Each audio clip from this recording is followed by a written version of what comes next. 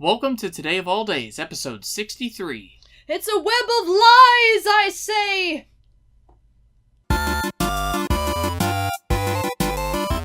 Today is Tenacious Tuesday, August 1st, 2017.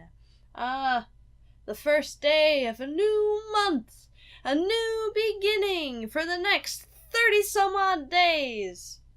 What a perfect day for today to be World Wide Web Day!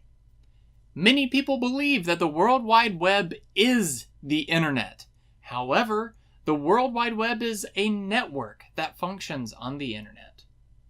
In 1980, Tim Berners-Lee created a personal database using hypertext called Enquire.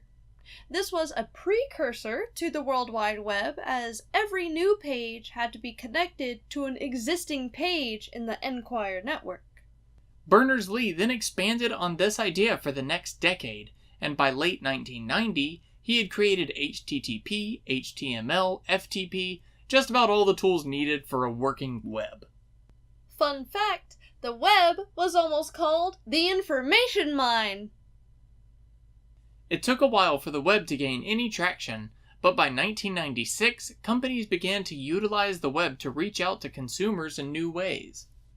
Boy, do we know a thing or two about that. You can't go onto a Facebook page, just browse, without something popping up on the sidebar, or it's scrolling off in your news feed. It's just like the episode where we learned about the television in our Today in History. And the first day the television started, there was an ad. Commercialization is everywhere!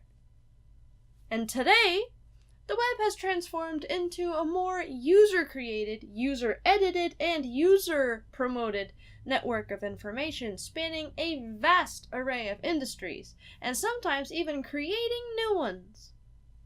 And that brings us to Today in History. Jeeps went into production in 1941, and the first one rolled off the lot on this day. Originally, Jeeps were manufactured for military use only, and it became the primary four-wheel drive vehicle for both the US and the Allies in World War II. Due to popular demand, Jeeps were released to the public in 1945 and have become the inspiration for many other utility vehicles like the Land Rover. And now we'll swing on over to SpiderMan Day! Spider-Man first appeared in Amazing Fantasy number 15, released in August of 1962. The web-slinging character was created by Stan Lee and Steve Ditko and published by Marvel Comics. Spider-Man was the first teenage superhero that wasn't regarded as a sidekick. He starts out as a high schooler in Queens, and this made him relatable to teenagers reading the comics. Spider-Man was the first teenage superhero that wasn't regarded as a sidekick.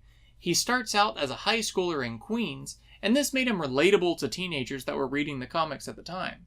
Spider-Man appears in many different comic books, but The Amazing Spider-Man is the first and longest-lasting series. Through different stories, we get to see, spoiler warning, Peter Parker go from the nerdy high school student all the way to a married high school teacher. So it is a large story, and it covers quite a lot of ground, and also you get to see him appear in so many different comic books. It's kind of cool. He makes his grand appearances, and it's like, oh, Spider-Man's in this one. Very nice. I had no idea that Peter Parker even had a whole life that he lived. Yeah, he was a human. He was a human, just bit by a spider. So, if you've read any of the actual Spider-Man comics, let us know in the comment section below. Or else would it be? And if you haven't read any, go and pick some up, give them a flick through, and don't forget to surf the web on this day. Today of all days. Today of all days. And we will see y'all tomorrow. Bye. Bye.